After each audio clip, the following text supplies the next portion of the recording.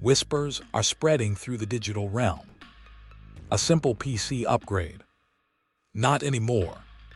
Decision makers are seeing it as a strange chance to unlock something powerful, the latest AI PCs.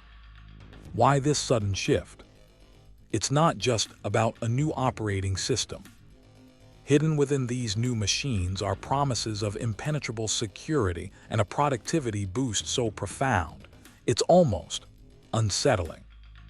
Yet ancient fears persist. Software that won't align, hardware that resists, and the specter of chaos holding back many from embracing this new era. Why do these shadows linger? Here's the strange truth. The drive for these AI PCs isn't primarily about an outdated OS. A staggering 46% are refreshing fleets because of something far more unsettling: the ghost of security breaches. The deadline looms, but is fear the true driver?